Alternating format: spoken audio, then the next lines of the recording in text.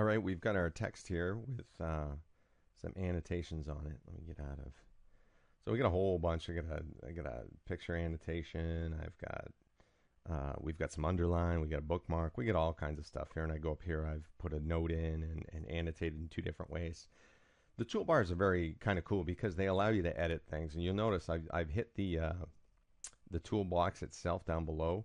There's also a way that you can create your own toolbars. Now, if you notice, I've got a little drag on mine. And if I drag on mine, I've created this whole new toolbar, which allows me to, this is kind of a navigation toolbar.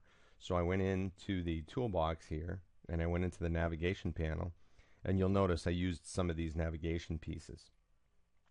As I look at this dialog box, you're going to notice like forward is grayed out, previous search hit is grayed out, next search hit is grayed out.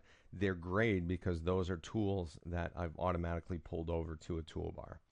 Okay, so there's a way that you can create your own toolbars. Let's say I wanted to edit this toolbar. If I go ahead and click on the wrench at the top, you go into edit tool mode. So what this is telling me is here's the toolbar I'm working on right here. And let's say I wanted to add some tools to this.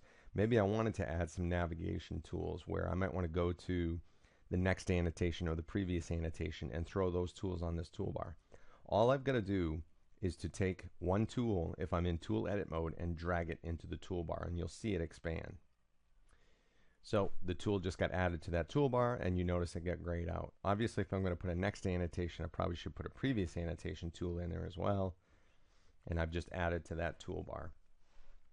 One of the things you're going to notice here, there's a gray line. If I look at all utilities, that's where I get those gray lines from here. So let's say I'm done. I've edited this toolbar. Now I've got those two pieces in the toolbar.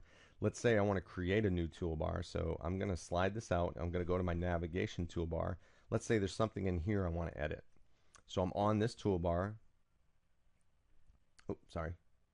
Toolbar view, we don't want to do that. I'm on this toolbar and I hit the tools. Now it's going to give me this toolbar to allow me to edit. And you'll notice the grayed out pieces that are already in this toolbar.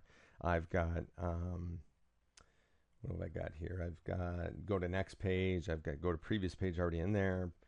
Previous search hit, next search hit. I've also got bookmarks. So you can push this thing through bookmarks. And I'll show you that in a quick second, why that's so popular. But again, same idea. If I wanted to edit this toolbar, I could do it right from here.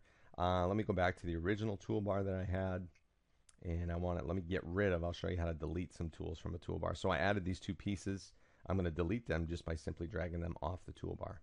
And again, this is in edit mode. Make sure you're in edit mode or else this stuff won't work.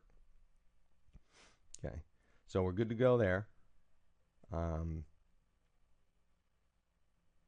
This shows you all of the toolbars all at once when you hit the double arrow. Let's say you wanted to add a toolbar. I'm going to hit the plus, and it gives you a whole bunch of tools that you can add immediately. But I'm just going to add let's add a custom toolbar.